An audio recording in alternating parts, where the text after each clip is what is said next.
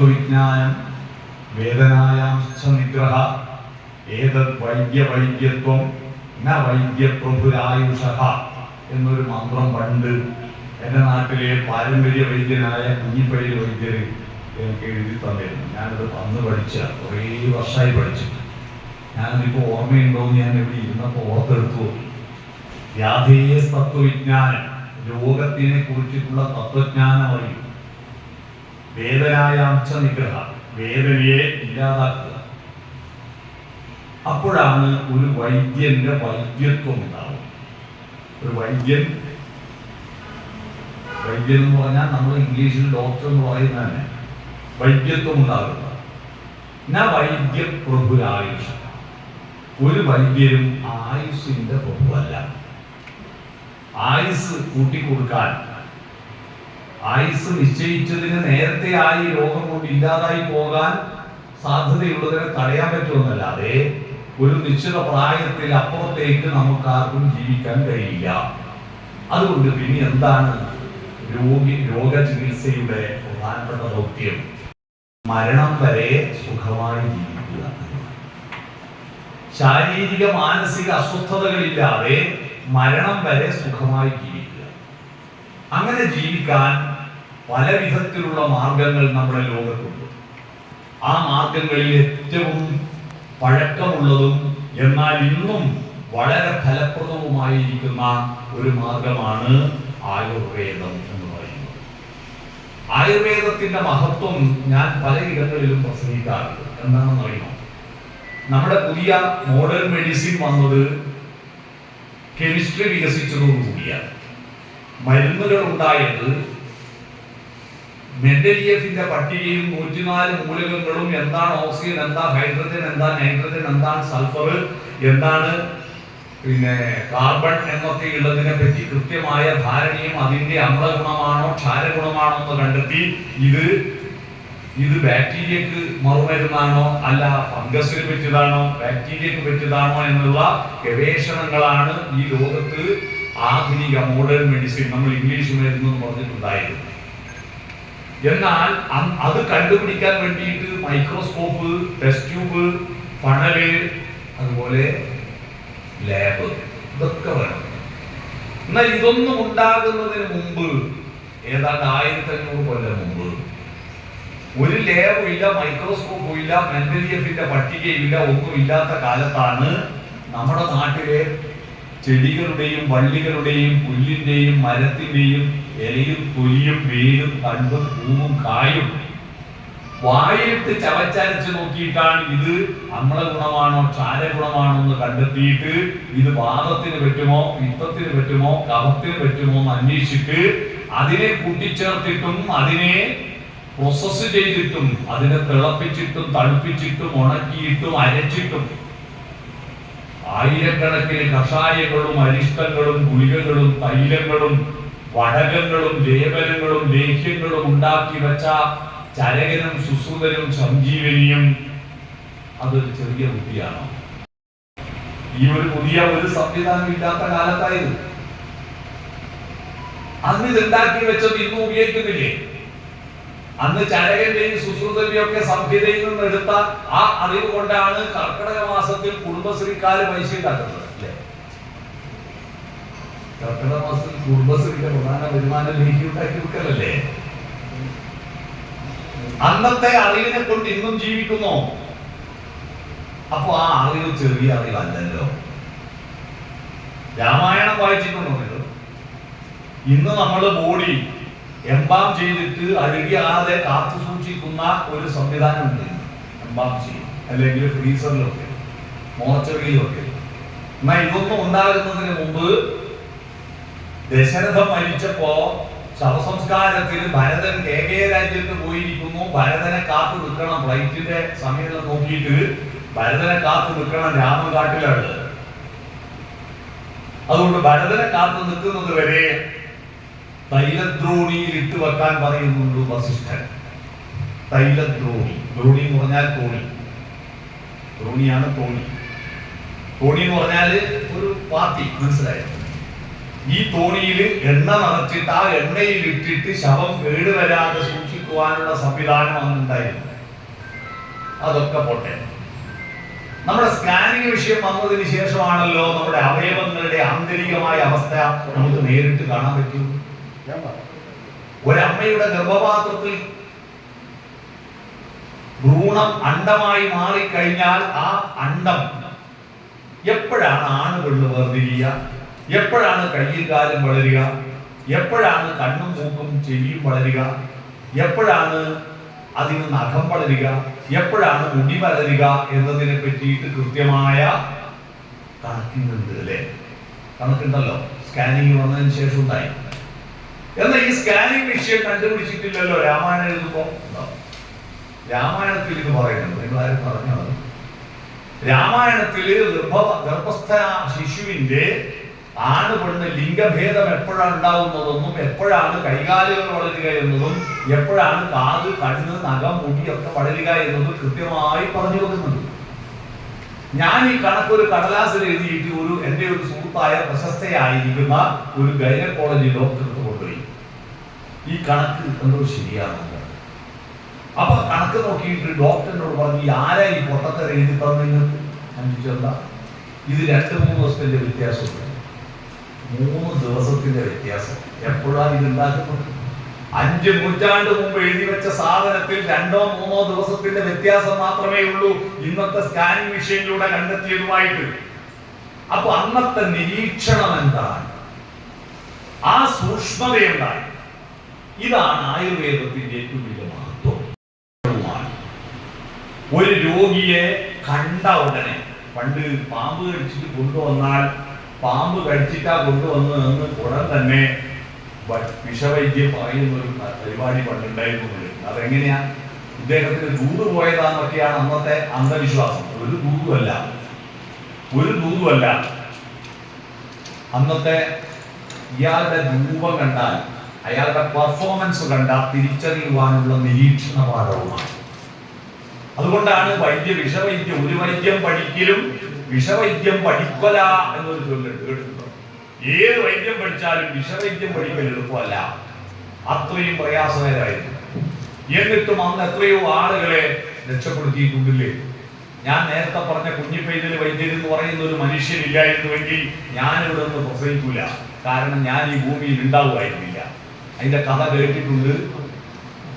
എന്റെ അച്ഛൻ വിവാഹം കഴിക്കുന്നതിന് മുമ്പ് പാമ്പ് കഴിച്ചിട്ട്, അന്ന് ആ പാമ്പിന്റെ പേര് വേന്ദ്രൻ. അങ്ങനെ ഒരു പാമ്പിനെ പറ്റി എന്നിട്ട് എഴുതി കിട്ടിയില്ല. വേന്ദ്രൻ കഴിച്ചിട്ട് വിഷം തലച്ചോറ് കയറിപ്പോയി. ഒരു വിധത്തിലും രക്ഷപ്പെടില്ല. ബോധമൊന്നുമില്ലാതെ കിടക്കുമ്പോ മുട്ടയടിച്ചിട്ട് തലയിൽ മരുന്ന് വരും. എന്നിട്ട് ഒരു മരുന്ന് ചവച്ചിട്ട് തലയിൽ ചവച്ചിട്ട് ഊതുന്ന ആള് ഊതൽ നിർത്തുന്നവർക്ക് അടുത്ത ആൾ ഊതാൻ തുടങ്ങും. ഈ നിർത്താത്ത ഊതിയിട്ട് ഈ മരുന്ന് വരട്ടിയിട്ട് കപ്പും ചവച്ചിട്ട് തലയിൽ ഊതി വിഷമിറക്കിയിട്ട് അച്ഛന്റെ പല്ലെല്ലാം കൊഴിഞ്ഞു പോയി. അങ്ങനെ രക്ഷപ്പെട്ടു. അങ്ങനെ അച്ഛൻ രക്ഷപ്പെട്ടോണ്ടാ ഞാനുണ്ടായത്. ഇല്ല, ഞാൻ എന്റെ ഇവിടെ ഉണ്ടാവില്ല. അഭിഷേകൻ പമ്പ് കിട്ടി. അത് കുഞ്ഞിപ്പൈത വൈദ്യരുടെ ഒരു കരുത്ത് കൊണ്ടാണ്. ഞാൻ പറഞ്ഞു വന്നത്, അത്രയും പ്രഗത്ഭരായിരിക്കുന്ന വൈദ്യന്മാരൊന്നുണ്ടായിരുന്നു. ഈ സൂക്ഷ്മത. അതുകൊണ്ട് അന്ന് വൈദ്യന്മാര് മരുന്ന് അരക്കാൻ പറഞ്ഞാൽ പിസോ ഇലക്ട്രിസിറ്റിയാണ് അപ്ലൈ ചെയ്യുക. പിസോ ഇലക്ട്രിസിറ്റി അറിയാവോ? പിസോ ഇലക്ട്രിസിറ്റിയും ആയുർവേദവും തമ്മിലുള്ള ബന്ധം അറിയാവോ? പിസോ ഇലക്ട്രിസിറ്റി എന്ന് പറഞ്ഞാൽ, പിസോ ഇലക്ട്രിസിറ്റി നമ്മുടെ മേഡം ക്യൂരി കണ്ടെത്തിയ സൂത്രമാണ്. മേഡം ക്യൂരിനെ അറിയാവോ? നോബൽ സമ്മാനം നേടിയ ഒരു പെൺകുട്ടിയാണ് മേഡം ക്യൂരി. നിങ്ങൾ മനസ്സിലാക്കേണ്ടത്, മേഡം ക്യൂരിയുടെ കഥ നിങ്ങൾ വായിക്കേണ്ടതാണ്. മേഡം ക്യൂരി കുട്ടികൾക്ക് ട്യൂഷൻ എടുത്തിട്ടാണ് സ്കൂളിൽ പഠിച്ചത്. ഇല്ലാതെ ട്യൂഷൻ എടുത്തിട്ട് അവസാനം സ്കൂളിൽ നിന്ന് പാസ്സായിട്ട് കോളേജിൽ സീറ്റ് കിട്ടിയപ്പോൾ ഹോസ്റ്റലിൽ താമസിക്കാൻ കാശില്ല. ഒപ്പം കുറച്ച് കുട്ടികൾ കൂടിയിട്ട് ഒരു പഴയ വീട്ടില് പൈസ ഷെയർ ചെയ്തിട്ട് താമസിക്കുന്ന ഒരു ആവശ്യത്തിൽ അവിടെ ചെന്നപ്പോ അവർ ഓരോ ആൾ എടുക്കുന്ന കാശ് എടുക്കാൻ ഇവളെ കയ്യിൽ കാശില്ല. അവസാനം നിരാശരായി തിരിച്ചു വന്നപ്പോൾ ഇവള് വീണ്ടും തിരിച്ചു പോയിട്ട് പറഞ്ഞു, നിങ്ങൾ അടുക്കളേൻ്റെ അറ്റത്ത് വിറകിടുന്ന സ്ഥലം ഉണ്ടാവില്ലേ, കുറച്ച് പൈസ ഞാൻ തരാം, അവിടെ കിടന്നോട്ടെ ഞാൻ. അപ്പൊ വീട്ടുടമസ്ഥന് തോന്നി അന്നാ ആ പൈസയും കളയണ്ട, അത് വെറുതെ ആടെ കിടന്നു. അങ്ങനെ അടുക്കളേൻ്റെ അറ്റത്ത് കിടന്നു. ഈ അടുത്തുനിന്നുള്ള പുകയെ ശ്വസിച്ച് കിടന്നു, ശ്വാസമുട്ടലുണ്ടായി. എന്നിട്ടും ഈ വിറകിന്റെ ഇടയിൽ കിടന്നിട്ട് അവള് പഠിച്ചിട്ട് വിജയിച്ചു. വിജയിച്ചപ്പോൾ നാട്ടുകാർ പറഞ്ഞു ഇവർക്ക് വട്ടായി പോയി.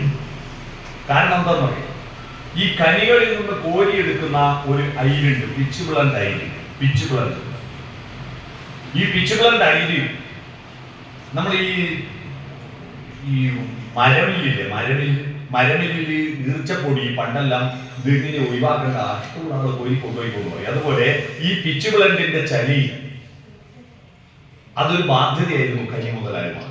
അതെങ്ങനെ ഒഴിവാക്കേണ്ടതെന്ന് ആലോചിക്കുമ്പോൾ ഇവള് പറഞ്ഞു ഞാനത് എടുത്തോട്ടെ. അയാൾക്ക് രക്ഷപ്പെട്ടല്ലോ, എടുത്തോന്നോ. ഇവള് ഈ ചളി മുഴുവൻ തലയിൽ കൊട്ടയിൽ കോരിയിട്ട് കൊണ്ടുപോകുമ്പോൾ മേലാകെ ചളി ഒളിപ്പിച്ച് വീട്ടിലേക്ക് കൊണ്ടുപോവാ. പിന്നെ ആളുകൾക്ക് വലിയ ബന്ധമൊന്നുമില്ല. ഇവൾ ആ ചളി ഇങ്ങനെ കോരിക്കൊണ്ടുപോകും. ആടെ മുമ്പിലോ പണിയെടുക്കും.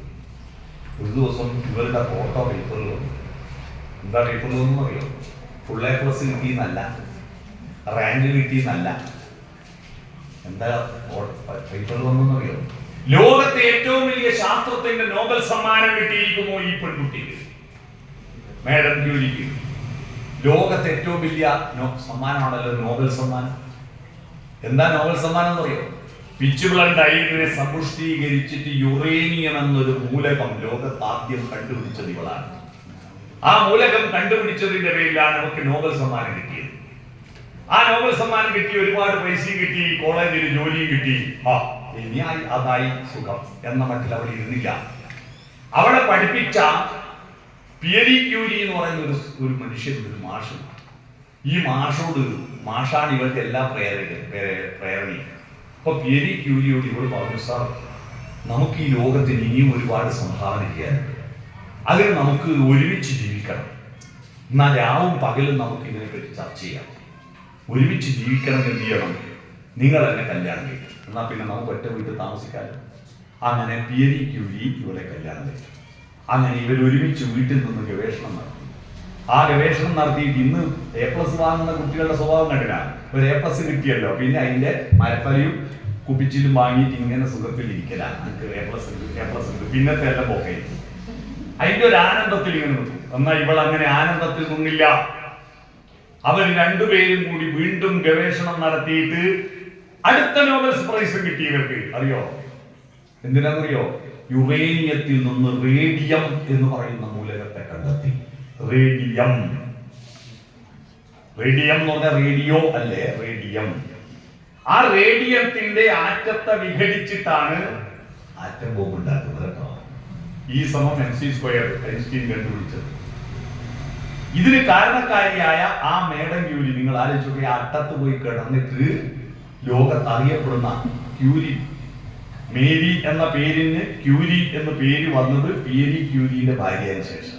അതാ മേരി ക്യൂരി എന്ന് പറയുന്നത്. അവൾ കണ്ടുപിടിച്ച ഒരു സൂത്രമാണ് പിസോ ഇലക്ട്രിസിറ്റി. ആ പിസോ ഇലക്ട്രിസിറ്റിയാണ് ആറ്റം ബോംബ് ഉണ്ടാക്കുന്നതിന്റെ ആദ്യത്തെ ഘടകം. എന്താ പിസോ ഇലക്ട്രിസിറ്റി? ഇംഗ്ലീഷിൽ അത് പറയുന്നു, piezo electricity is a electricity which is produced when a crystal is squeezed. Piezo electricity is electricity, ഒരു ഇലക്ട്രിസിറ്റിയാണ് which is produced, അത് ഉൽപ്പാദിപ്പിക്കപ്പെടുന്നത് when a crystal is squeezed. ഒരു ക്രിസ്റ്റൽ, ഒരു പരൽ. ക്രിസ്റ്റൽ എന്ന് ഇംഗ്ലീഷിന് പരൽ എന്ന് പറയുന്നു അല്ലേ. ഉപ്പിന്റെ പരല്, പഞ്ചസാരയുടെ പരൽ എന്ന് പറയും. ആ പരല് അത് ഉൾക്കൊള്ളുന്ന ആ സ്പേസിനേക്കാൾ ചെറുതാക്കിയിട്ട് അതിനെ സമ്മർദ്ദത്തിലാക്കുമ്പോ അതിൽ നിന്ന് പുറത്തേക്ക് വരുന്ന ഇലക്ട്രിസിറ്റിയാണ് പിസോ ഇലക്ട്രിസിറ്റി. വയലാർ രാമവർമ്മയുടെ സർഗസംഗീതം എന്ന് പറയുന്ന കവിതയിൽ ഒരു വരിയും, ഓരോ ജീവഗണത്തിലും ഉണർന്നുദ്ദീപ്തമായി ധർമ്മ സംസ്കാരോപാസന ശക്തിയായി ഒരു മാസ്മരിക ലോകമുണ്ട്. ഓരോ ജീവഗണത്തിലും ഉണർന്ന് പ്രകാശിക്കുന്ന ധർമ്മത്തിന്റെയും സംസ്കാരത്തിന്റെയും ഉപാസന ശക്തിയായ ഒരു മഹാപ്രപഞ്ചം, ഒരു മാസ്മരിക ലോകമുണ്ട്. അതാണ് ഇപ്പോഴത്തെ നാനോ ടെക്നോളജി. സൂക്ഷ്മതയിൽ സ്ഥൂലതയെ കണ്ടെത്തുന്നത്. ആ നാനോ ടെക്നോളജി, ആ ഓരോ പരലിലുണ്ടായിരിക്കുന്നതിന്റെ ഊർജത്തെ പുറത്തു കൊണ്ടുവരണമെങ്കിൽ അതിനെ സ്ക്വീസ് ചെയ്യണം. ആ സ്ക്വീസ് ചെയ്യുന്ന പണിയാണ് ആയുർവേദത്തിന്റെ മരുന്നരക്കൽ. മനസ്സിലായോ? കണ്ടിട്ടുണ്ടോ? മരുന്നരക്കുന്ന കണ്ടിട്ടുണ്ടോ? ആയുർവേദത്തിൽ അതിന് പ്രത്യേക ഒരു അമ്മിയാണ്. കണ്ടിട്ടുണ്ടോ? ആയുർവേദത്തിൽ മരുന്നരക്കുന്ന അമ്മി കണ്ട ആരുണ്ടോ? അവിടെ അന്ന് കൈകൊട്ടിയ ആയുർവേദത്തിൽ മരുന്നരക്കുന്ന അമ്മി കണ്ടിട്ടുണ്ടോ? നിങ്ങൾ ആരും കണ്ടില്ല അല്ലെ? ഇങ്ങനെ ഒരു രണ്ട് തലയ്ക്ക് രണ്ട് വാലും ഇങ്ങനെ ഒരു ഓവൽ ഷേപ്പിൽ, രണ്ട് ഭാഗം ഓവൽ ഷേപ്പിലുള്ള ഒരു അമ്മിയാണ്. അതൊരു അമ്മിക്കുട്ടി ഇങ്ങനെ പിടിച്ചിട്ട് ഇങ്ങനെയാണ് അരയ്ക്കുക. മനസ്സിലായോ? ഞാനിത് ഒരുപാട് അരച്ച് അവിടെ പറഞ്ഞു ഇങ്ങനെയാണ് അരയ്ക്കുക. ഞങ്ങളുടെ നാട്ടിലെല്ലാം ആ പിന്നെ എന്തും വന്നാൽ ഞങ്ങളാണ് അരച്ചു കൊടുക്കുക, മരുന്ന് അരച്ചു കൊടുക്കുക. ആ മരുന്ന് അരക്കാൻ ഈ ഉളുക്കിയാലെല്ലാം ചതവിന് കെട്ടാൻ വേണ്ടിയിട്ട് മുട്ടേൻ്റെ വെള്ളയിൽ കൂട്ടിച്ചേർത്ത് മുക്കം കല്ലു മുറു ഒക്കെ ചേർത്തിട്ട് ചെന്നിനായകം എല്ലാം ചേർത്തിട്ടുണ്ട് ഒരു അരവ്. ആ അരവ് ഇതിനിപ്പോ ഈ ആധികാരികമായി അറിയുന്ന ഡോക്ടർമാരെ അങ്ങനെ അരച്ചിട്ട് കണ്ണു കാണാത്തൊരു വൈദ്യരുണ്ടായിരുന്നു. ആ വൈദ്യർക്ക് ഈ അരവിന് അരച്ചിട്ട് അയാൾ പറയും, ഞാൻ പിടിച്ചു നോക്കിയിട്ട് തൃപ്തിയായ മാത്രമേ അരവ് നിർത്താവൂ. അങ്ങനെ ഒരു അരച്ചിട്ട് അയാൾ കൊണ്ടുപോകും. അയാൾ പിടിച്ചു നോക്കിയിട്ട് പറഞ്ഞു, കണ്ണു കാണുന്നില്ലല്ലോ, ആയില്ല, വെണ്ണ പോലെ അരയണം, എന്നിട്ടേ കൊണ്ടുവരാം. പിന്നെയും ഇവരരച്ചു, പിന്നെയും കൊണ്ട കൊടുത്തു, ആയില്ല. 3-4 തവണ കൊണ്ട കൊടുത്തിട്ടും ഇയാൾക്ക് തൃപ്തിയാവുന്നില്ല. അപ്പോഴെല്ലാം വെണ്ണ പോലെ അരയണം എന്നാ പറയും. അപ്പൊ ഒരു ബിരുദം എന്ത് ചെയ്തു എന്നറിയോ? അകത്ത് പോയിട്ട് ഇയാൾക്ക് കണ്ണു കാണില്ലല്ലോ, ഒറിജിനൽ വെണ്ണ കൊടുത്തു. വെണ്ണ കൊടുത്തിട്ട് പറഞ്ഞു എങ്ങനെ? അയാൾ അത് വിളിച്ചു നോക്കിയിട്ട് പറയാം, ആയിട്ടില്ല, വെണ്ണ പോലെ അരയണം, വെണ്ണ വിളിച്ചു നോക്കിയിട്ടാ പറയുന്നത് എന്ന് പറഞ്ഞാൽ അത്രയും സൂക്ഷ്മതയിലേക്ക് പുറത്തു കൊണ്ടുവരണം. നമ്മളിപ്പോ ഇപ്പൊ അസുഖങ്ങൾ വർദ്ധിച്ചത് നമ്മുടെ വീട്ടിൽ അരവ് അമ്മിമെന്ന് മാറിയിട്ട് മിക്സിയിലേക്ക് മാറിയത്. മിക്സിയുടെ ഒരു കുഴപ്പം എന്താന്ന് പറഞ്ഞാൽ അത് ഞെക്കി അരക്കൂല, സ്ക്വീസ് ചെയ്യുന്നില്ലല്ലോ, അത് നുറുക്കുന്നല്ലേ ഉള്ളൂ, ബ്ലേഡ് കൊണ്ട് നുറുക്കുന്നേ ഉള്ളൂ. എന്നാൽ അമ്മിയിൽ കരച്ചാൽ ആ ഒരു മുളകിന്റെ തൊലിക്കകത്താണ് അതിന്റെ ഔഷധ ഗുണമുള്ളത്. മുളകിന്റെ തൊലിക്കകത്ത് ഔഷധ ഗുണമുണ്ട്. ആ ഔഷധം പുറത്തു വരണമെങ്കിൽ മിക്സിയിലെ ബ്ലേഡ് കൊണ്ട് നോക്കിയാൽ കിട്ടില്ല. എന്നാൽ അമ്മിയിലിട്ട് ചതച്ചരക്കണം. അല്ലെ? ഇങ്ങനെ അമ്മി പണ്ട് അരവ് പാട്ട് തന്നെ ഉണ്ടായിരുന്നു. അരവ് പാട്ട് കല്യാണ വീടുകളിൽ അരക്കുമ്പോ ആ ഒരേ താളത്തിൽ എല്ലാവരും അരവ് ഒരുപോലെ ആവാനാ പാടുന്നത്. അല്ലാതെ ഈ പാട്ടല്ലാണ്ട് ഓരോ സ്പീഡിൽ അരച്ചാൽ അരവിന്റെ ഘടന മാറിപ്പോവല്ലോ. എല്ലാവരും കൃത്യമായിട്ട് ഒരേപോലെ അരയാൻ വേണ്ടി പാട്ടിന്റെ താളത്തിൽ അരക്കുക. അങ്ങനെ അരച്ചിട്ടാണ് അന്ന് കറി വെക്കുക. അതുകൊണ്ട് തന്നെ ഇതിന്റെ ഔഷധ ഗുണം പുറത്തു വരും. ഇന്നത് മാറി. ഇതാണ് ആയുർവേദത്തിന്റെ ഓരോ ജീവഗണത്തിന്റെ ഉള്ളിലും ഒരു അത്ഭുത ലോകമുണ്ട്. അത്ഭുത ലോകമുണ്ട്. നമ്മുടെ രാസപരീക്ഷണശാലകൾക്കപ്പുറത്ത് പണ്ട് പരീക്ഷണശാലകൾ അറിയും. കരിഞ്ജീരകത്തിന്റെ പൊടി, ആ പൊടി ഹോമകുണ്ടത്തിലിട്ടിട്ട് അതിൽ പശു നെയ്യ് ഒഴിച്ചിട്ട് അത് ഹോമം നടത്തുന്ന ഋതിക്കുകൾ നോക്കി കത്തിക്കും. അത്ഭുതല്ലേ? നോക്കി കത്തിക്കുക, നോക്കുമ്പോൾ തീ പിടിക്കും. സംഭവം കരിഞ്ജീരകത്തിന്റെ പൊടിയിൽ എണ്ണ വെച്ച് അപ്പാടെ തീ പിടിക്കും. മനസ്സിലായോ? അതിന്റെ ശാസ്ത്രാണ്. പക്ഷെ കത്തിയപ്പോ അത് ഈ ദിവ്യന്റെ മഹത്വമായിട്ട് അന്ന് കണ്ടു. ഒരു അത്ഭുത ശക്തി. ഈ അത്ഭുത ശക്തി നിങ്ങൾക്ക് കാണാൻ നിങ്ങൾ എല്ലാവരെയും ഞാൻ ശ്രമിക്കുക. ഇവിടുന്ന് കുറച്ച് അപ്പുറത്ത്, ഇവിടുന്ന് ഇരുട്ടിയിൽ നിന്ന് കുറച്ച് മുന്നോട്ട് പോവുക. കാക്കയങ്ങാട് നമുക്ക് സ്ഥലവും ആർക്കും വലത്തോട്ട് പോവുക. വലത്തോട്ട് പോയാൽ തില്ലങ്കേരി കാഞ്ഞരാട് എന്നൊരു സ്റ്റോപ്പ് ഉണ്ട്. ആടത് ശിവപുരത്തേക്ക് പോകുന്ന കയറ്റത്തിൽ ഇടത്ത് വശത്ത് ഒരു ബോർഡ് കാണും. ആ ബോർഡിന്റെ അടുത്തൂടെ ഇടത്തോട്ട് നിങ്ങൾ പോവുക. ഇടത്തോട്ട് പോയാൽ ഒരു 200 മീറ്റർ പോയാൽ അവിടെ ഒരു കൃഷിക്കാരൻ, അദ്ദേഹത്തിന്റെ പേര് ഷംജി എന്നാണ്. ഷംജി എന്ന് പറയുന്ന ഒരു കൃഷിക്കാരന്റെ ആ തോട്ടത്തിൽ നിങ്ങൾ എല്ലാവരും ഒരു ദിവസം പോകണം ഞാൻ അഭ്യർത്ഥിക്കുക. ആ തോട്ടത്തിൽ പോയാൽ നിങ്ങളൊരു ഇല കീറിയിട്ട് നിങ്ങൾ കഴിച്ചു, എന്നിട്ട് ആ ഇല വീണ്ടും അതേപോലെ അവിടെ വെച്ചാൽ ആ ഇല കൂടിച്ചേരും. പിന്നെ ഇല കീറിയെന്ന് മനസ്സിലാവും. അവിടെ ഒരു ചെടിയുണ്ട്. ആ ചെടിയുടെ അടുത്ത് നാട്ടിലുള്ള സകല പൂമ്പാറ്റകളുണ്ട്. പൂമ്പാറ്റകളില്ലാത്ത സമയം ഉണ്ടാവില്ല, എപ്പോഴും പൂമ്പാറ്റകൾ ആ ചെടിയുടെ ചുറ്റുവട്ടം.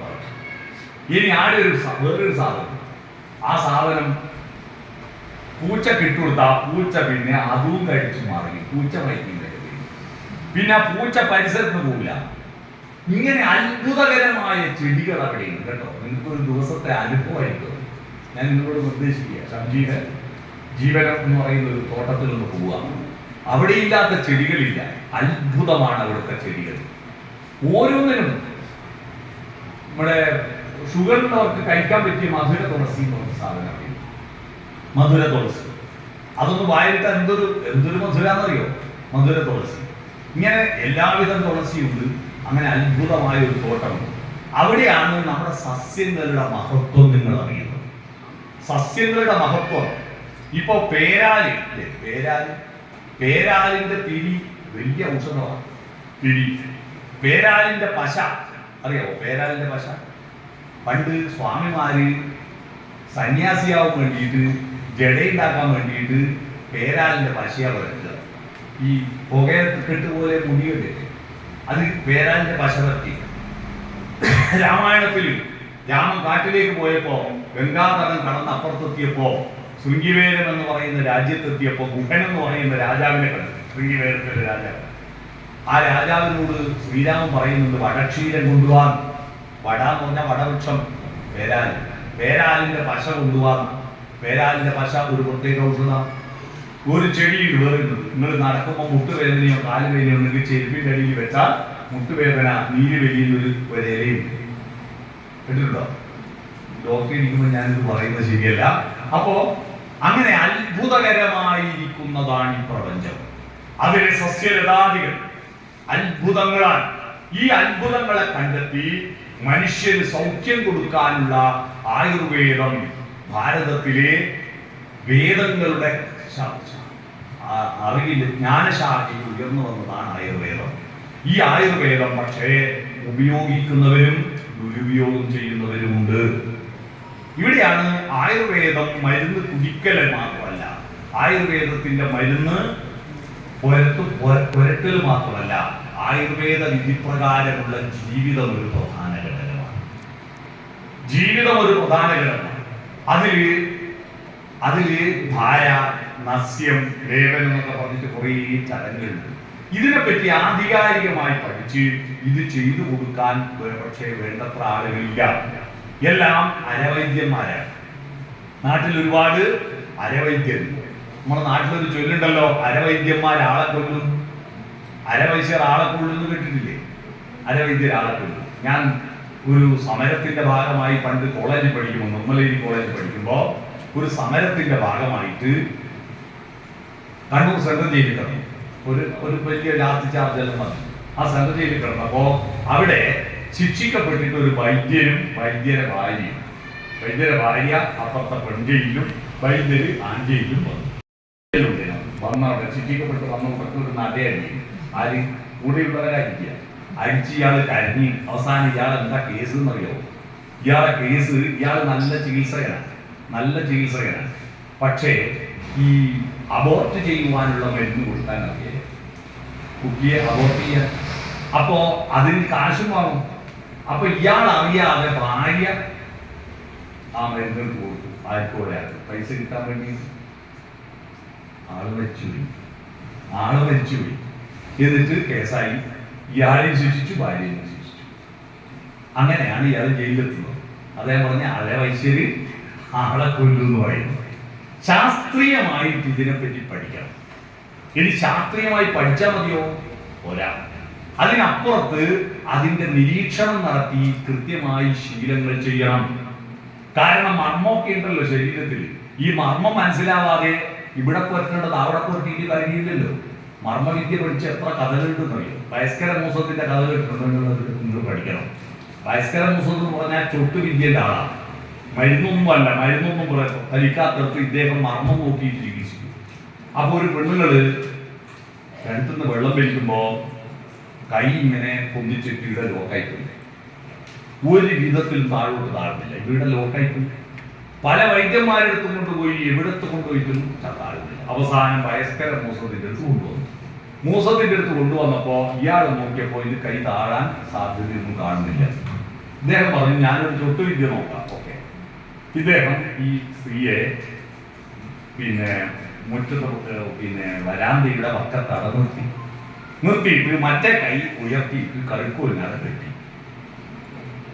ഈ പൊന്തിയ കൈ ഇങ്ങനെ തന്നെ സാധാരണ കൈ ഉണ്ടല്ലോ, കുഴപ്പമില്ലാത്ത കൈ മറ്റേ കഴുക്കോലിനാണ് കെട്ടി. അന്ന് സ്ത്രീകൾക്ക് ബ്ലൗസ് ധരിക്കാൻ പാടില്ല. അവരിവിടെയാണ് മുണ്ട് മുക്കുക. മനസ്സിലായോ? ബ്ലൗസും മുണ്ടും കൂടി വെച്ചതാണ് ഇവിടെയാണ് മുണ്ട്. ഇവിടെ മുണ്ട് കൊടുക്കുന്ന പണ്ടത്തെ സ്ത്രീകളെ ഫോട്ടോ കണ്ടിട്ട് എന്നിട്ട് വയലിൽ പണിയെടുക്കുന്ന കുറെ ചെറുപ്പക്കാരോട് മുറ്റത്ത് വന്ന് നിൽക്കാൻ പറഞ്ഞു. അങ്ങനെ സ്ത്രീ ഇങ്ങനെ ഒരു കൈ സ്വാഭാവിക അസുഖം വന്നിട്ട് ഇങ്ങനെ പൊതിഞ്ഞിരിക്കുന്നു, മറ്റേ കൈ ഇങ്ങനെ കഴുക്കോലിന് കെട്ടിയിരുന്നു. എന്നിട്ട് എല്ലാവരും മുറ്റത്തെത്തിയപ്പോൾ ഇയാൾ ചെയ്തു, ഈ മാർവിടത്തിൽ കെട്ടിയ കച്ച പിടിച്ച കഴിച്ചത്.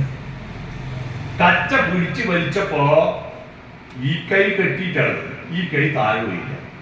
അപ്പാടെ ടക്കെന്ന് പറഞ്ഞിട്ട് ഒറ്റ പിടുത്തം, മാനം നോക്കി ഒറ്റ പിടുത്തം ഏതൊരു കച്ച. അങ്ങനെ കൈതാണ് പോയി എന്നൊരു കഥയും. മനസ്സിലായോ? അങ്ങനെ കൈതാണ്. അത്തരത്തിൽ രസകരമായ മർമ്മവിദ്യ പ്രയോഗങ്ങൾ, ഇങ്ങനെ ഒരുപാട് കഥകളുണ്ട്. ഇതുപോലെ ഇതൊന്നും നിങ്ങൾ ചികിത്സിച്ചേക്കല്ലേ ഞാൻ പറഞ്ഞു വന്നത്, അത് കഥകളാണ്. അപ്പൊ ഇത്തരത്തിൽ അപ്പോൾ നമ്മൾ എന്ത് ചെയ്യണമെന്ന പ്രത്യുൽപ്പന്ന മതിത്വമാണ് ഒരു ബിഷപ്പ് പ്രധാനമായിട്ട് വരുന്നത്. പ്രത്യുൽപ്പന്ന മതിത്വം, ഒരാൾക്ക് എന്ത് ചെയ്യും. കൂത്തുപറമ്പിൽ ഒരു ഉസ്മാൻ ഡോക്ടർ ഉണ്ടായിരുന്നു. ഉസ്മാൻ ഡോക്ടർ അന്ന് ഇത്രയും ആശുപത്രി സൗകര്യമില്ലാത്ത കാലത്ത്, ഞങ്ങളൊക്കെ ജനിക്കുന്നതിന് മുമ്പുള്ള കഥയാണ്. ഒരു സ്ത്രീ പ്രസവവേദന വന്നിട്ട് ബ്ലഡ് പോകാൻ തുടങ്ങി, പ്രസവിക്കുന്നില്ല, ഒരു വിധത്തിലും പ്രസവിക്കുന്നില്ല. അന്ന് ആശുപത്രിയിൽ, തലശ്ശേരി ആശുപത്രിയിൽ കൊണ്ടുപോയാൽ അവിടെ നിന്ന് ഓപ്പറേഷൻ ചെയ്യാൻ സംവിധാനമുണ്ട്. പക്ഷെ അവിടെ എത്തുമ്പോഴേക്ക് ഈ സ്ത്രീ മരിച്ചു. ഈ സ്ത്രീ നിലവിളിക്കുന്നോ, പ്രസവിക്കുന്നില്ല. ഇയാൾക്ക് എന്താ ചെയ്യേണ്ടത്? അയാൾ നല്ലോണം സിഗരറ്റ് വലിക്കും. എന്താ ചെയ്യേണ്ടതെന്ന് അറിയാതെ സിഗരറ്റ് വലിച്ച് ഇങ്ങനെ അങ്ങോട്ടും ഇങ്ങോട്ടും നടന്ന് പെട്ടെന്ന് സിഗരറ്റ് നല്ലോണം വലിച്ച് അതിന്റെ കനലുണ്ടല്ലോ, ആ കനൽ ഈ സ്ത്രീയുടെ കയ്യിൽ ഇവിടെ വെച്ചിട്ട് കയ്യൊന്ന് മടക്കിയിട്ടാണ്. സ്ത്രീക്കന്ന് പൊള്ളിയപ്പോ ഞെട്ടിപ്പോയി, അപ്പോൾ വെറ്റുപോയി. മനസ്സിലായി? ആ സൂത്രം മനസ്സിലായില്ലേ? ആ സൂത്രം അതിനെപ്പറ്റി നമ്മുടെ നാട്ടിലൊക്കെ പറയുന്ന പഴയ കഥയാണ്. ഞാൻ പറഞ്ഞു വന്നത്, ഇത്തരത്തിൽ നമ്മുടെ മനസ്സാന്നിധ്യമാണ് ഏറ്റവും പ്രധാനം. നിങ്ങൾ ഇവിടെ ഒരു കോഴ്സിന് ചേർന്നിരിക്കുന്നു. ഈ കോഴ്സ് കഴിയുന്നത് വരെ നിങ്ങൾ സ്വപ്നം കാണുന്നത് നിങ്ങൾക്ക് ജോലി കിട്ടിയ ശമ്പളത്തെയല്ല. നമ്മുടെ ഇന്ത്യക്കാർക്ക് പറ്റിയ അബദ്ധം എന്താണെന്നറിയോ? നമ്മുടെ രാജ്യക്കാർക്ക് വിവരമുണ്ട് കേട്ടോ, പക്ഷെ ആ വിവരം വേണ്ടിടത്ത് ഉപയോഗിക്കാൻ അറിയില്ല. ഇത്രയും അറിവുള്ള നമ്മുടെ രാജ്യം ഇപ്പോഴും പട്ടിണി റാങ്കിങ്ങിൽ പുറകോട്ട് പോയതിന്റെ കാരണം എന്താണെന്നറിയോ? അറിവുള്ളവൻ ഒരു പണിയെടുക്കില്ല, പണിയെടുക്കുന്നവൻ അറിവ് കൊടുക്കില്ല. അതാണ് പണ്ടത്തെ വേദേതിഹാസാദി വിഭൂതിയെല്ലാം മേൽജാതിതൻ പൈതൃകമായിരുന്നു. അവർക്കായ എല്ലാ അറിവുള്ളൂ, പക്ഷെ അവര് ഒരു പണിയെടുക്കില്ല. താജ്മഹൽ ഉണ്ടാക്കിയതാരാ? ആരാ? താജ്മഹൽ ഉണ്ടാക്കിയതാരാ? അറിയില്ലേ? പറഞ്ഞോ? ഷാജഹാൻ ചക്രവർത്തി അല്ലേ? തർക്കമില്ല. പക്ഷെ ഒരു മാർബിൾ എടുത്ത് അപ്പുറം കൊടുത്തതൊന്നും ഉണ്ടായിട്ടില്ല. ഒരു പണിയെടുക്കുക. അതെല്ലാം 19,000 തൊഴിലാളികൾ മരിച്ചു പോയിട്ടുണ്ട് താജ്മഹൽ ഉണ്ടാക്കുന്നതിനിടയിൽ. ഇയാൾ ഒരു പണിയെടുത്തില്ല. പക്ഷെ പരീക്ഷയ്ക്ക് താജ്മഹൽ ഉണ്ടാക്കിയത് തൊഴിലാളികളാണെന്ന് പറഞ്ഞാൽ മാർക്ക് കിട്ടുമോ? ഇല്ല. അന്നത്തെ ആളുകളെല്ലാം ഇങ്ങനെ മേൽനോട്ടം വഹിക്കും, പണിയെടുക്കില്ല. എന്നാൽ പണിയെടുക്കുന്നവനോ അറിവില്ല. കൊണ്ടാണ് പറ്റിയത് ഈ രാജ്യത്തിന്. ഈ അറിവും പ്രവൃത്തിയും ഒരുമിച്ച് ചേർക്കുമ്പോഴാണ് ഇന്ത്യ വികസിച്ചത്. ആധുനിക ഇന്ത്യയുടെ രാഷ്ട്രപിതാവാര? മഹാത്മാഗാന്ധിയാണ്. മഹാത്മാഗാന്ധി മഹാത്മാവായത് എന്തുകൊണ്ടാണെന്നറിയോ? മോഹൻദാസ് കരംചന്ദ് ഗാന്ധി എന്ന പേര് അന്വർത്ഥമാക്കിയ അദ്ദേഹം. എന്താ കരംചന്ദ് ഗാന്ധി? കർമ്മവും ചിന്തയും ചാലിച്ച ഗാന്ധിയാണ്. കർമ്മം എക്സ് ആക്സിസ്, ചിന്ത വൈ ആക്സിസ്. ഗ്രാഫ് വരക്കുമ്പോ എക്സിലും വൈയിലും വരക്കൂലേ? കർമ്മം എക്സ് ആക്സിസ്, ചിന്ത വൈ ആക്സിസ്. അപ്പൊ ഇങ്ങനെയും വരച്ചാൽ എന്താ അതിന്റെ പേര്? അതാ പ്ലസ്. അതുകൊണ്ട് ഇന്ത്യയിൽ നമ്പർ 1 A+ കാരനാരാ? ഗാന്ധിയാണ്. കാരണം കർമ്മവും ചിന്തയും ചേർത്താളാണ് ഗാന്ധി. നിങ്ങൾ ചിന്തയും കർമ്മവും ചേർക്കലാണ് നിങ്ങളുടെ കോഴ്സ്. മനസ്സിലായോ? നിങ്ങൾ വെറും തിയറി മാത്രം പഠിച്ചിട്ട് കഴിയുണ്ടോ? വീട്ടിലെ പശു പുല്ല് തിന്നോ? നമ്മുടെ കുട്ടികളെല്ലാം നന്നായി പഠിക്കുന്നുണ്ട്, പക്ഷേ നാട്ടിൽ ഒരു ഉപകാരത്തിന് കിട്ടാത്തത് എന്താ? അവർക്ക് പ്രാവർത്തികമല്ല. അവര് ഉത്തരം മാത്രം പഠിച്ചു, ചോദ്യം പഠിക്കണം. ചോദ്യം ചോദിക്കാൻ പഠിക്കുന്ന കുട്ടിയായിരിക്കണം നല്ല കുട്ടി. മനസ്സിലായോ? നന്നായിട്ട് കാര്യങ്ങൾ അന്വേഷിക്കണം. അപ്പോഴാണ് നിങ്ങൾക്ക് രസം വരിക. പഠിക്കാനുള്ള താല്പര്യം ഉണ്ടാകുന്നത് എപ്പോഴാ? പഠിക്കാനുള്ള താല്പര്യം ഉണ്ടാകുന്നത് ചോദ്യം ഒരു കുപ്പി ഗ്ലാസ് കിട്ടും, കുറച്ച് വെള്ളം ഗ്ലാസ്. ഈ താല്പര്യം ഉണ്ടാകുമ്പോൾ ക്ലാസ്സിൽ ഇരിക്കുന്ന താല്പര്യം ഉറങ്ങിപ്പോവുക.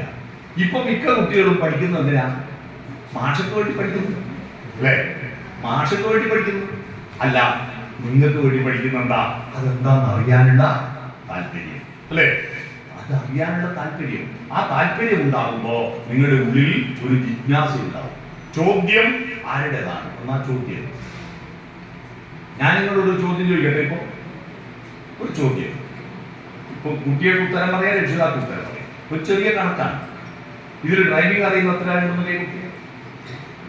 ഡ്രൈവിംഗ് അറിയുന്നത് 1, 2 അല്ലേ? എന്താ ഡ്രൈവിംഗിന്റെ പ്രത്യേകത അറിയാമോ? 3. ഡ്രൈവിംഗിന്റെ ഒരു പ്രത്യേകത, ലോകത്ത് കള്ളപ്പണി എടുക്കാൻ പറ്റാത്ത ഒറ്റൊരു പണിയുള്ളൂ. ഡ്രൈവ് ചെയ്യുമ്പോൾ ഞാൻ ബ്രേക്ക് ഔട്ടില്ല എന്ന് പറയാൻ പറ്റുമോ? ചെറിയ തിരിക്കാൻ മനസ്സിലെന്ന് പറയാൻ പറ്റുമോ? ഗീർ മാറ്റില്ല എന്ന് പറയാൻ പറ്റുമോ? ചെയ്യേണ്ട പണി ചെയ്യേണ്ട സമയത്ത് ചെയ്യേണ്ട പോലെ ചെയ്യേണ്ട പണിയാണ് ഡ്രൈവിംഗ്. മനസ്സിലായോ? നിങ്ങൾ എല്ലാവരും ഇപ്പൊ ഒരു വണ്ടി ഓടിക്കുന്നാന്ന് വിചാരിച്ചോ? വിചാരിക്കാൻ ഒരു പ്രയാസമില്ലല്ലോ. എല്ലാം വിചാരല്ലേ? ചക്ക എന്ന ഒച്ച കേട്ടാ ചക്കേന്റെ ഒച്ചയാണോ? ഇന്നൊരു ചക്ക എന്താണെന്ന് മനസ്സിൽ വിചാരിച്ചില്ലേ? ചക്ക എന്ന് ബോർഡിൽ എഴുതിയ ചക്കേന്റെ ചിത്രമാണോ? എന്നിട്ട് ചക്ക എന്താണെന്ന് നമുക്ക് മനസ്സിൽ വന്നില്ലേ? ഒരു ഒന്നെങ്കിലും വേണം, മാറാതെ ഓരോ ചുളയിലും നടുക്ക് കുഞ്ഞ് വെളഞ്ഞീര് ചേർന്ന് വന്നാൽ ചക്കയാന്ന് മനസ്സിൽ വന്നില്ലേ?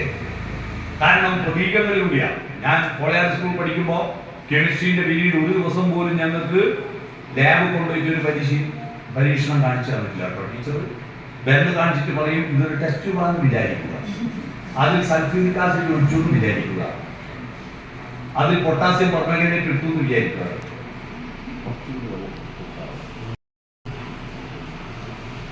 പൊട്ടാസ്യം പെർമാംഗനേറ്റ് ഇട്ടു എന്ന് വിചാരിക്കുക. എന്ത് രാസമാറ്റം സംഭവിക്കുന്നു കാലക്കേടിന് എന്നോടാ ചോദിച്ചു. എന്റെ വയറ്റുന്ന സൾഫ്യൂരിക് ആസിഡ് ഒഴിക്കാൻ തോന്നി. ഉത്തരവിയിലെ വയറ്റുന്ന ഒരു പോച്ചലുണ്ടാവില്ലേ? എന്നിട്ട് ഞാനൊരു ഉത്തരം പറഞ്ഞു. ആ ഉത്തരം പറഞ്ഞതിന്റെ പേരിൽ എന്നെ ക്ലാസ് ഒന്ന് പുറത്താക്കി കളഞ്ഞു. ഉത്തരം പറഞ്ഞിട്ട്, കാരണം ഞാൻ പറഞ്ഞ ഉത്തരം ഞാൻ ഉത്തരം പറഞ്ഞു എന്ന് വിചാരിക്കുക, എന്നെ വിചാരിക്കണം. അതും എനിക്ക് വിചാരിച്ചത് അല്ലേ? അപ്പൊ നിങ്ങളിപ്പോ പ്രതീകത്തിലൂടെ നമ്മളെല്ലാം ചെയ്യും. നിങ്ങളെല്ലാവരും വണ്ടി ഓടിക്കാന്ന് വിചാരിച്ചല്ലോ, വിചാരിച്ചു അല്ലേ? ഇനി ഒരു കണക്ക് ശ്രദ്ധിച്ചോളെ. ലാസ്റ്റ് ഞാനൊരു ചോദ്യം ചോദിക്കും, ആ ഉത്തരം പറയേണ്ട കേട്ടോ. ഉത്തരം അറിയാത്ത ആൾ കൈവക്കിയാവും, അറിയുന്ന ആൾ കൈവക്കിയാവും. നമ്മൾ മാഷന്മാർക്ക് ഒരു വൃത്തിയുടെ സ്വഭാവമുണ്ട്.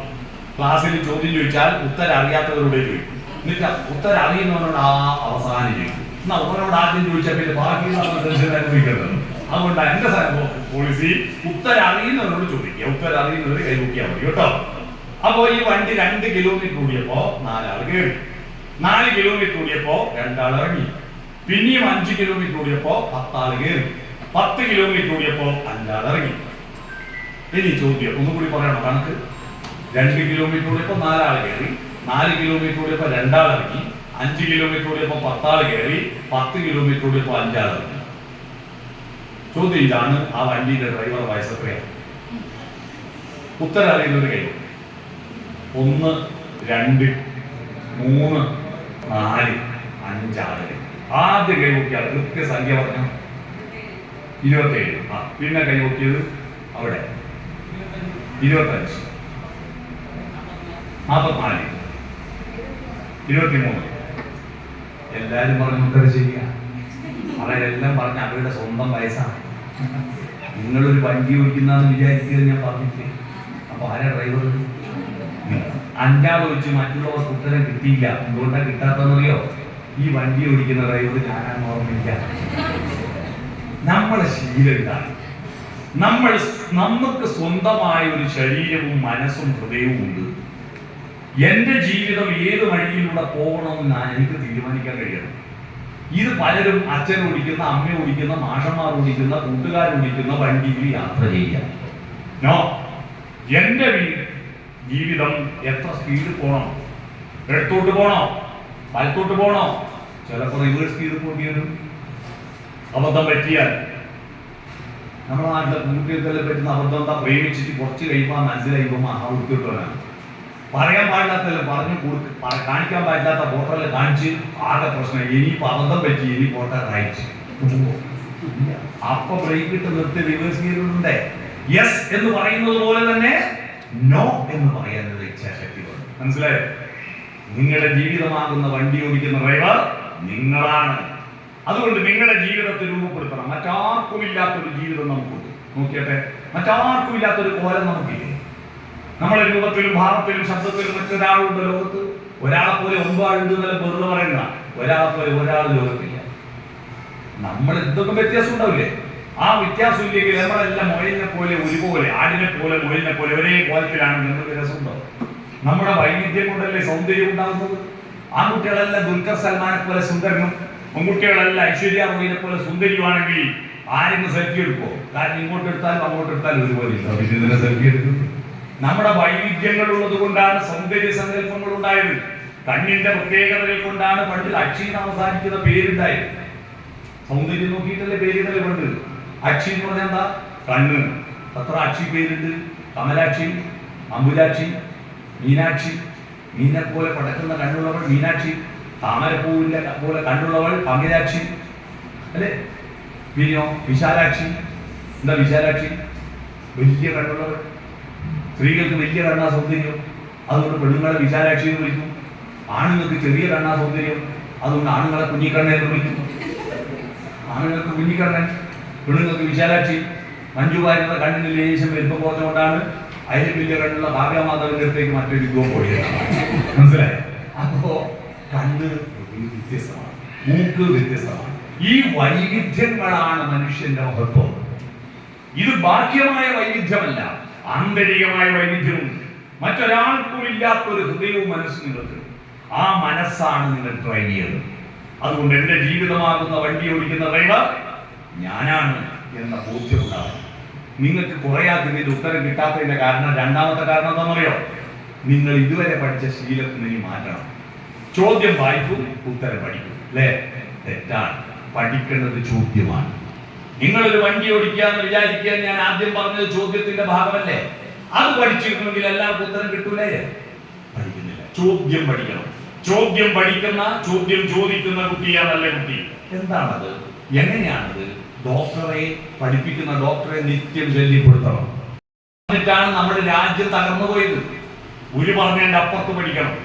ഗുരുക്കന്മാര് പറയുന്ന മാത്രം പഠിച്ചാൽ ലോകം തുടങ്ങിയെടുത്തിട്ടുണ്ടാവും. വികസിക്കണമെങ്കിൽ, പ്ലസ് ആവണമെങ്കിൽ, പ്ലസ് എന്ന് പറഞ്ഞാൽ എന്താ? കൂട്ടമെന്നാ. കൂട്ടുമ്പോ കുറയുന്ന സാധനം എന്താ? കൂട്ടുന്തോറും കുറഞ്ഞു വരുന്ന സാധനം അറിയാവോ? കൂട്ടാൻ. ചോറിന്റെ കൂട്ടാനില്ലേ? കൂട്ടുന്തോറും കുറഞ്ഞു വരില്ലേ? കൂട്ടാന് പേര് വന്നത് ചോറിനോട് പ്ലസ് ചെയ്യുന്നത് കൊണ്ടാ കൂട്ടാൻ. നമ്മൾ പ്ലസ് ചെയ്യണം. ഇന്നലെ ഇല്ലാത്തത് എന്തെങ്കിലും ഒന്ന് പഠിക്കണം. അധ്യാപനം നടത്തണം. ഈ ഡോക്ടർമാർ നിങ്ങളുടെ അധ്യാപകന്മാരാണ്. എന്താ അധ്യാപകൻ? അധി എന്ന് പറഞ്ഞാൽ പ്ലസ്, അധികം അല്ലെ? 2024 അതിവർഷമായതുകൊണ്ടാ ഫെബ്രുവരി 28 പകരം 29 ഉണ്ട്. 365 ദിവസവും കിട്ടിക്കൊല്ല. ഒരു ദിവസം കൂടുതലുണ്ട്. അതാ അതിവർഷം. വ്യാപകൻ, യാത്ര ചെയ്യാൻ പ്രേരിപ്പിക്കുന്നവൻ. അധ്യാപകൻ നിങ്ങളെ അറിവിനേക്കാൾ കൂടുതൽ അറിവിലേക്ക് നിങ്ങളെ യാത്ര ചെയ്യാൻ പ്രേരിപ്പിക്കണം. അലക്സാണ്ടർ ഗ്രഹാം ബെൽ അധ്യാപനം നടത്തിയത് കൊണ്ടാ ഈ മൈക്ക് സെറ്റ് കണ്ടുപിടിച്ചത്. മനസ്സിലായോ? ഈ മൊബൈൽ ഫോൺ കണ്ടുപിടിച്ചു. തോമസ് ആൽവ എഡിസൺ അധ്യാപനം നടത്തിയത് കൊണ്ടാ ഈ ട്യൂബ് ലൈറ്റും ബൾബും കണ്ടെത്തിയത്. മനസ്സിലായോ? റൈറ്റ് സഹോദരന്മാർ അധ്യാപനം നടത്തിയത് കൊണ്ടാണ് ഒരു സാധനം, ഒരു പക്ഷി പറന്നിട്ട് ഇതിലേ കൂടി ഇങ്ങനെ പടിയൂരി ഇതുവഴി വന്നിട്ട് ഇവിടുന്ന് കോളിക്കടവ് ആ പായത്ത് വെച്ച് തിരിച്ചു പോയിട്ട് മട്ടന്നൂർ ഇറങ്ങുന്ന ഒരു പക്ഷിയില്ലേ എല്ലാ ദിവസവും അല്ലേ? വിമാനം കണ്ടുപിടിച്ചത് അല്ലേ? വിമാനം കണ്ടുപിടിച്ചത് അതുകൊണ്ടാ അധ്യാപനം നടത്തണം. നിങ്ങൾക്ക് ഇന്ന് കോളേജിൽ വന്നിട്ട് തിരിച്ചു പോകുമ്പോൾ ഇന്നലെ ഇല്ലാത്തത് എന്തോ ഒരു പുതിയ അറിവ് ഇന്ന് കിട്ടി എന്ന് നിങ്ങൾക്ക് ഉണ്ടാവണം. അല്ലാതെ ഇന്നത്തെ ഈ പരിപാടിക്ക് വന്നിട്ട് എനിക്കൊരു ചായയും സമൂസയും കിട്ടി എന്ന സംതൃപ്തിയല്ല. പുതിയ മാനസികമായ പ്ലസ് ഉണ്ടാവണം. മനസ്സിലായോ? ആ പ്ലസ് ഉണ്ടാവണം. അതിന് ചോദ്യം ചോദിക്കണം. ചോദ്യം ചോദിക്കുമ്പോൾ നിങ്ങളുടെ തലച്ചോറിൽ ഡോക്ടർമാർക്ക് അറിയാത്തൊരു സൂത്രം ഞാൻ പറഞ്ഞുതരാം. ചോദ്യം ചോദിക്കുമ്പോൾ തലച്ചോറിൽ ഒരു പ്രക്രിയ രൂപപ്പെടുന്നു. എന്താണെന്നറിയോ? ഉത്തരത്തെ സ്വീകരിക്കാൻ ഒരു സ്പേസ് തുറക്കും. ഒരു ഫയൽ ഓപ്പൺ ചെയ്യും ഉത്തരത്തെ സ്വീകരിക്കാൻ. ഒരുത്ത പെണ്ണ് കാണാൻ പോവുക കല്യാണത്തിന്. കല്യാണം കഴിച്ചിട്ട് പെണ്ണിനെ കൊണ്ടൊന്ന് പാർപ്പിക്കാൻ ഒരു റൂം എടുക്കൂലേ? ആ റൂം വേക്കന്റ് ആയി കിടക്കുന്നിടത്തോളം ഇപ്പം പെണ്ണിനെ അന്വേഷിച്ചുകൊണ്ടിരിക്കും. അതുപോലെ ചോദ്യം ചോദിച്ചു കഴിഞ്ഞാൽ ഉത്തരത്തെ കിട്ടുന്നത് വരെ വീണ്ടും വീണ്ടും അന്വേഷിച്ചുകൊണ്ടിരിക്കും. കാരണം ഈ വാക്വം ഉണ്ടാവും, വേക്കന്റ് ആണല്ലോ വാക്വം. ഈ വാക്വത്തിന്റെ പ്രത്യേകത അത് ചുറ്റുവട്ടമുള്ളതിനെ തിരിച്ചു വരും. ഇഞ്ചക്ഷൻ വെക്കുന്ന സിറിഞ്ചിൽ മരുന്ന് മേലോട്ട് കയറുന്നത് എന്തുകൊണ്ടാണ്? പിസ്റ്റൺ പുറകിൽ നിന്ന് പുറകോട്ട് വലിക്കുമ്പോൾ അതിൻ്റെ ഉള്ളിലെ ശൂന്യത, വാക്വം ഉണ്ടാകും. ആ വാക്വത്തിലേക്ക് മരുന്ന് മേലോട്ട് കയറും. ഈ വാക്വത്തിന്റെ കരുത്ത് ചെറിയൊരു വാക്വം മതി, വലിയതിനെ പിടിച്ചു വലിക്കാൻ കഴിയും. ഞാൻ നിങ്ങൾക്ക് കാണിച്ചു തരാം. ഈ ഗ്ലാസ് വെള്ളം എന്റെ കയ്യിലുണ്ട് അല്ലേ? ഇത് മറിഞ്ഞു പോകുന്നില്ലല്ലോ ഇപ്പോ. പക്ഷെ ഇതെന്റെ കയ്യിൽ കമഴ്ത്തി വെച്ചാൽ മറിഞ്ഞു പോകുമല്ലോ. കമഴ്ത്തി വെച്ചാൽ നിൽക്കൂലേ? നിൽക്കുവോ? മറിഞ്ഞു പോകും. പക്ഷെ ഇത് മറിഞ്ഞു പോകില്ല. ഈ ഗ്ലാസ്സിലെ വെള്ളം അതുപോലെ അവിടെ നിൽക്കുന്നുണ്ട്. എന്തുകൊണ്ടാണ് മറിഞ്ഞു പോകാത്തത്? ഇങ്ങനെ പിടിച്ചാൽ വീഴുന്നില്ല. എന്താണ് ഇവിടെ നടന്നത്?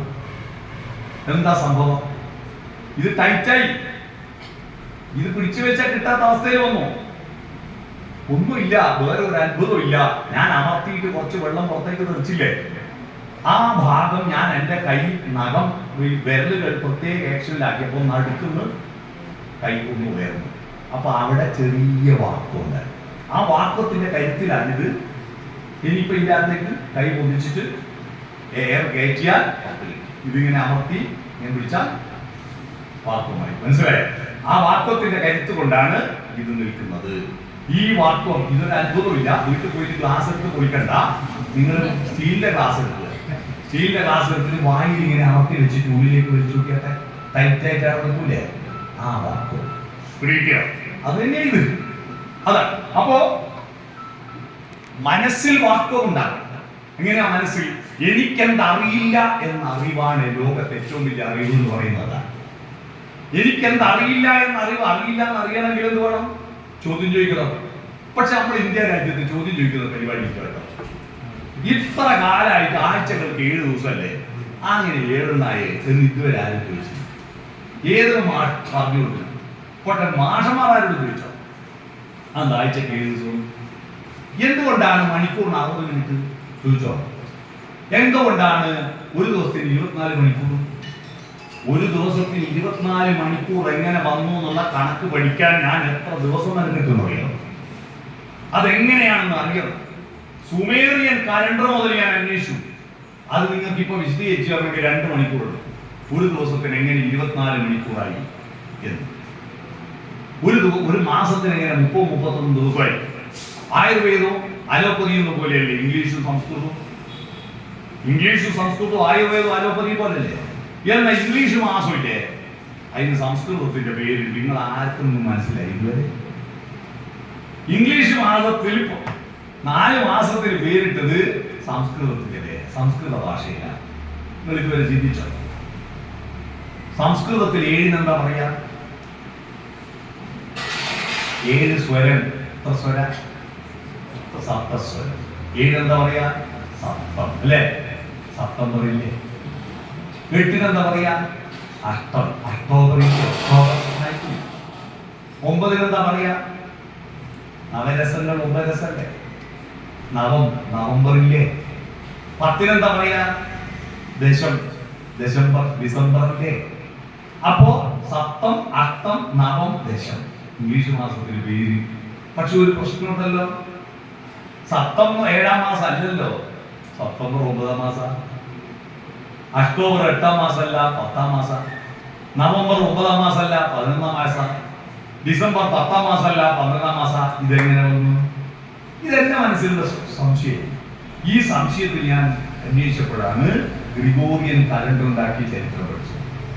ആ ചരിത്രം പഠിച്ചപ്പോഴാണ് ആദ്യം ഗ്രിഗോറിയൻ കലണ്ടർ ഉണ്ടാകുന്നതിന് മുമ്പ് 10 മാസമേ ഉണ്ടായിരുന്നുള്ളൂ.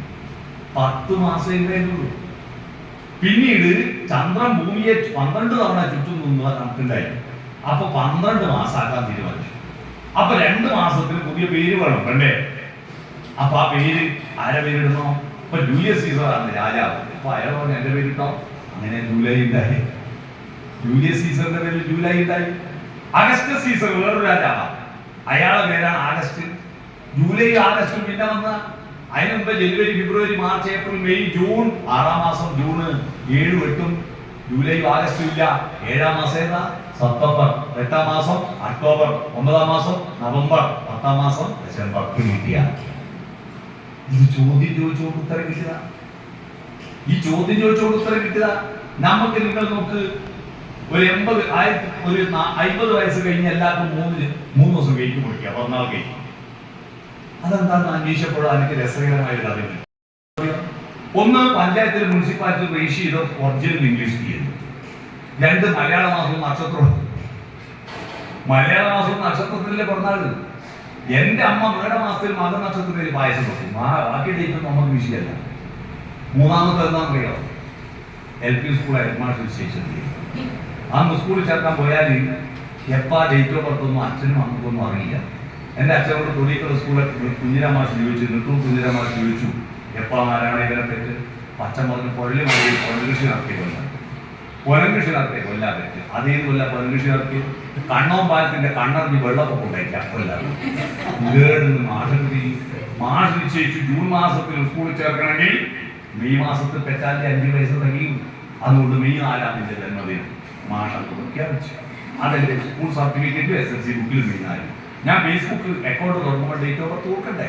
മെയ് 4 കൊടുത്തു. ഇപ്പൊ മെയ് 4-ാം തീയതി എനിക്ക് ഇങ്ങനെ ആശംസ വരും, ഹാപ്പി ബർത്ത്ഡേ, ഹാപ്പി ബർത്ത്ഡേ. ഞാൻ അതെല്ലാം പരേതനായ നെട്ടൂർ കുഞ്ഞിരാമാരുടെ പാതാരവിന്ദങ്ങളിലേക്ക് ഫോർവേഡ് ചെയ്യും. കാരണം അയാൾ മനസ്സിലായോ? അപ്പൊ എന്തുകൊണ്ടാ നമുക്ക് ഡേറ്റ് ഓഫ് ബർത്ത് എന്ന് പറയുന്നത് നക്ഷത്രവും മാസമാണ്. അതുകൊണ്ട് 28-ാമത്തെ ദിവസം പേര് വിളിക്കുന്നില്ലേ? 28-ന്റെ കണക്കറിയാവോ? 27 നക്ഷത്രമേ ഉള്ളൂ. അപ്പൊ ഒരു കുട്ടിയുടെ ജന്മനക്ഷത്രം ഫസ്റ്റിൽ വരികപ്പ 28-ാമത്തെ ദിവസം. അപ്പൊ 27 നക്ഷത്രോ 12 മാസോ അത്രയായി. 12 കുടിക്കുന്ന 27 സമം 324 ദിവസമേ വരൂ. നമുക്ക് ഒരു ഭൂമി സൂര്യനെ മണ്ഡലം പൂർത്തീകരിക്കണമെങ്കിൽ, മണ്ഡലം എന്ന് പറഞ്ഞാൽ വട്ടം പൂർത്തീകരിക്കണമെങ്കിൽ എത്ര ദിവസം വേണം? 365 ദിവസം വേണം. അപ്പൊ എത്ര ദിവസത്തിന്റെ കുറവുണ്ട്? ടാലിയാകുന്നില്ല. ഇത് ബാലൻസ് ആകുന്നില്ലല്ലോ. നമുക്ക് 324 ഉള്ളൂ. അതായത് AD 825 മുമ്പ് നമുക്ക് ഒരു വർഷത്തിന് 324 ദിവസമേ ഉള്ളൂ. കുറവ് വരുന്ന എത്ര ദിവസമാണെന്നറിയാം? ഈ മണ്ഡലം പൂർത്തീകരിക്കാൻ കുറവ് വരുന്ന ദിവസം 41. 365 മൈനസ് 324 സമം 41. അതാ മണ്ഡലകാലം 41. മണ്ഡലകാലം 41 ദിവസമല്ലേ? 41-ന്റെ കണക്ക് മനസ്സിലായോ?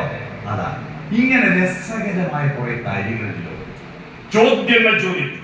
ഓരോന്നിനെ പറ്റി ചോദിച്ചു പോകണം. അല്ലാതെ ഇന്ന് നമ്മുടെ പുതിയ കുട്ടികളെ മുഴുവൻ ഉപഭോഗ സംസ്കാരം വശീകരിച്ച് കൊണ്ടുവന്നിട്ട് നീ പഠിക്കൊന്നും വേണ്ടടോ, നീ ഇല്ലുമിനാറ്റികളാണ്. കേട്ടിട്ടുണ്ടോ? ആവേശ സിനിമയിലെ പാട്ട്? കട്ട ചോര കൊണ്ട് ജ്യൂസ് അടിച്ച് സോഡാ സമ്പത്ത് എന്ന് പറഞ്ഞൊരു പാട്ടുണ്ട്. ഇല്ലുമിനാറ്റികൾ എന്ന് പറഞ്ഞാൽ അധോലോക ക്ലബ്ബാ, സൈബർ ക്ലബ്ബ്.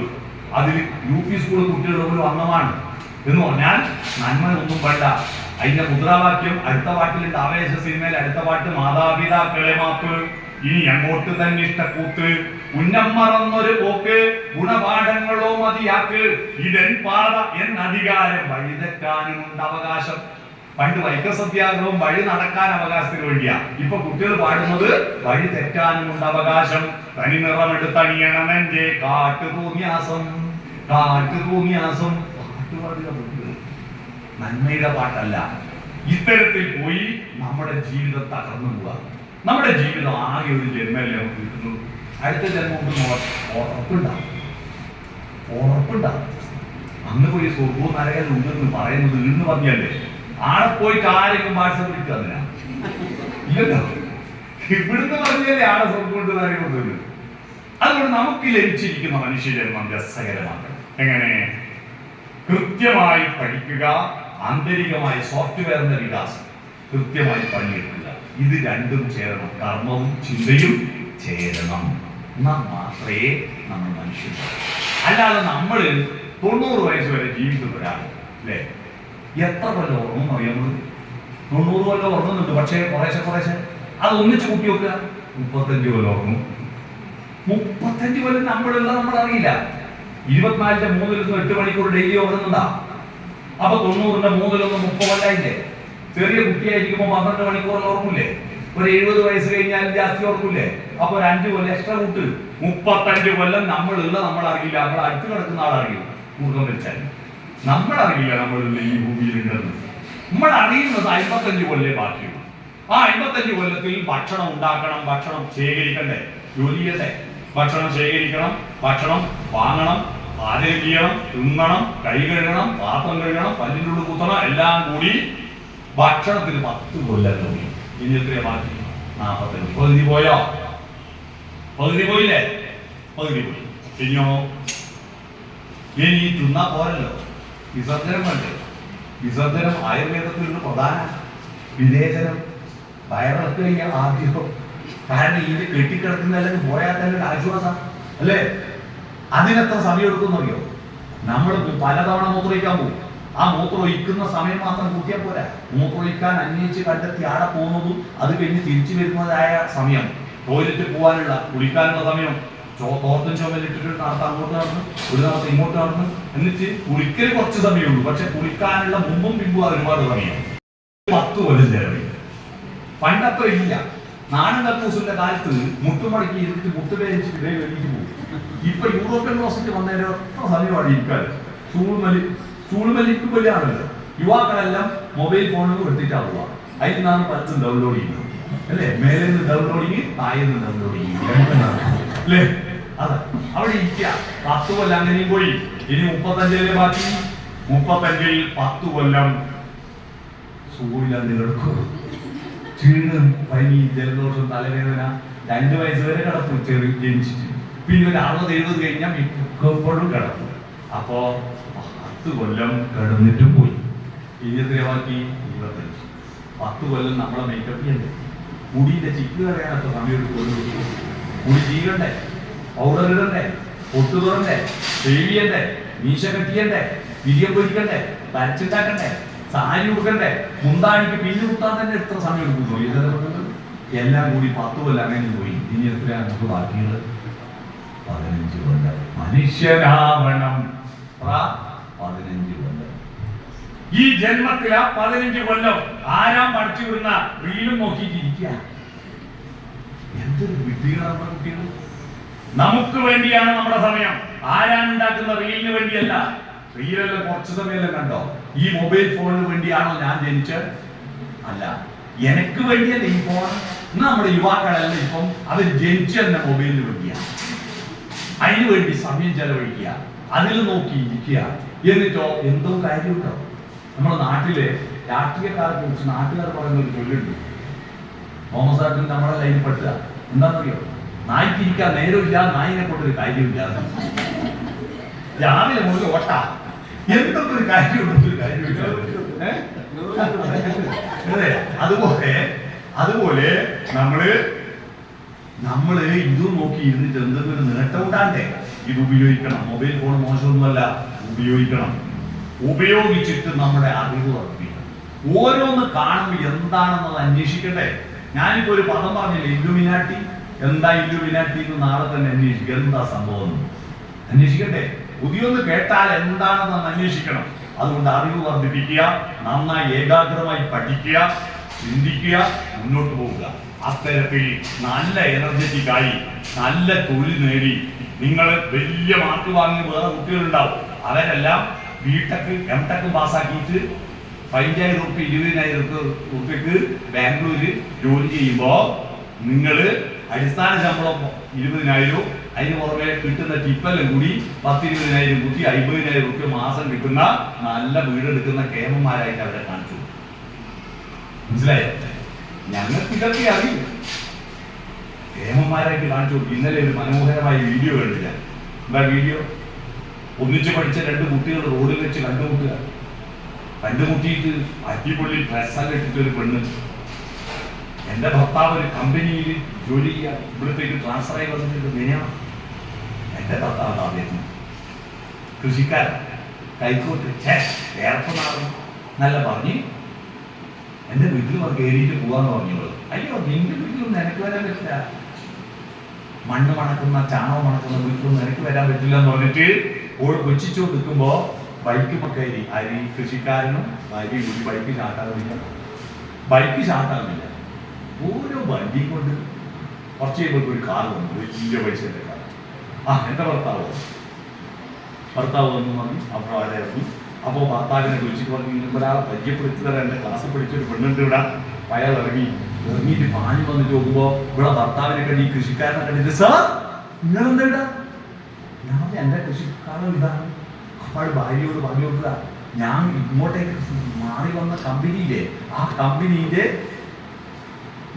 മുതലാളി MD ഇദ്ദേഹത്തിന്റെ കാർഷിക കമ്പനിയിലാണ് ഞാനിപ്പോ ജോലിയേറ്റ് വന്നത്. അപ്പൊ ഉടൻ തന്നെ ഇയാൾ പറഞ്ഞു, എടാ എന്റെ ബൈക്ക് സ്റ്റാർട്ടാകുന്നില്ല, നീ ബൈക്ക് എങ്ങനെയും വർഷം എടുത്തോ, നമ്മളെ കമ്പനി വണ്ടിയല്ലേ കാറ്, അതിന് തന്നെ താക്കോലിക്ക് താന്നു പറഞ്ഞിട്ട് ആ താക്കോല് വാങ്ങിയിട്ട് അയാൾ കാറ് പോകുമ്പോ ഈ കൈക്കോട്ടുണ്ടല്ലോ, ഈ കൈക്കോട്ട് വന്നേ കൈക്കോട്ടിട്ട് പറഞ്ഞു, ഇതുമാണ് വെച്ചത്. ബൈക്ക് കൊണ്ടുപോയി അവിടെ വർക്ക്ഷോപ്പിൽ വെച്ചത്. അപ്പോൾ ഓനത് വണ്ടി തള്ളും. മറ്റുള്ളവരോട് ഈ നേരത്തെ തള്ളിയ പെണ്ണില്ലേ ഉള്ളോട് പറയാ, നിന്ന് തള്ളിയാട്ടിട്ട് ചാട്ടാത്തില്ല. എന്നിട്ടോ കൈക്കോട്ടോളെ കുളിപ്പിച്ച് നല്ല രസമുള്ളൊരു വീഡിയോ ഞാൻ കഴിഞ്ഞ ദിവസം കണ്ടു. അതുപോലെ നിങ്ങൾ വലിയ ഫേമന്മാരായിട്ട് പോകുന്ന ടീമില്ലേ, അവരോട് പറയണം, എനിക്ക് നല്ല ജോലിയാണ്, നല്ല വരുമാനമാണെന്ന മട്ടിൽ ഇച്ഛാശക്തിയോടുകൂടി ഇത് പിടിച്ചു നിൽക്കുക. നമ്മുടെ കയ്യിൽ കിട്ടിയതിൽ പൂർണ്ണമായി മനസ്സറിയിക്കുക. മനസ്സിലായോ? നമ്മുടെ പലർക്കും പറ്റുന്നത്, മലയാളികൾക്ക് പ്രത്യേകിച്ച് പറ്റുന്നു, പിടിച്ചതിനെ വെച്ച് പാക്കുന്നതിന്റെ പദമാണ്. പിടിച്ചുകൊണ്ടവര് പാക്കുന്നുണ്ടാവും. ലഭ്യമായതിനെ സുന്ദരമാക്കാം. നമുക്കിപ്പോ അച്ഛനും അമ്മയും ആരാന്നറിയാന്നല്ലേ നമ്മുടെ ഭൂമിയിൽ ജനിച്ചു മാറ്റാൻ പറ്റും ഇല്ലല്ലോ. അപ്പൊ ലഭ്യമായിരിക്കുന്ന അച്ഛനും അമ്മേനെ അടുത്തുള്ള ജീവിതം സുന്ദരമാക്കുകയെന്നല്ലാതെ എന്തൊരു അച്ഛനപ്പ എന്തൊരു അമ്മ വേറൊരു അച്ഛൻ വാങ്ങാൻ പറ്റുമോ? ഇല്ലോ. അതുപോലെ നമ്മൾ ലഭ്യമായതിനെ സുന്ദരമാക്കുക, അതിനെ ഡെവലപ്പ് ചെയ്യുക. അത്തരത്തിൽ നിങ്ങൾ ഇപ്പോൾ പ്രവേശിച്ചിരിക്കുന്ന ഈ പഠന പ്രക്രിയ ആത്മാർത്ഥമായി ശ്രദ്ധയോടുകൂടി പരിശ്രമിച്ചാൽ നിങ്ങൾക്ക് വലിയ ജീവിത വിജയം ഉണ്ടാക്കാൻ പറ്റും. ആ ജീവിത വിജയത്തിൽ മുന്നോട്ട് പോകാൻ ഈ പ്രവേശന ഉത്സവം, ഈ പരിപാടി നിങ്ങൾക്ക് നിമിത്തമാവട്ടെ എന്ന് ആശംസിച്ചുകൊണ്ട് നിങ്ങൾക്കുള്ള ഈ മലനാട് എഡ്യൂക്കേഷൻ സൊസൈറ്റിയുടെ കീഴിൽ നടക്കുന്ന ഈ ക്ഷേത്ര ആയുർവേദ നഴ്സിംഗ് കോളേജിന്റെ ഈ വർഷത്തെ പ്രവേശന ചടങ്ങുകൾ ഉദ്ഘാടനം ചെയ്തതായി അറിയിച്ചുകൊണ്ട് ഈ പരിപാടിക്ക് എന്നെ ക്ഷണിച്ചതിനും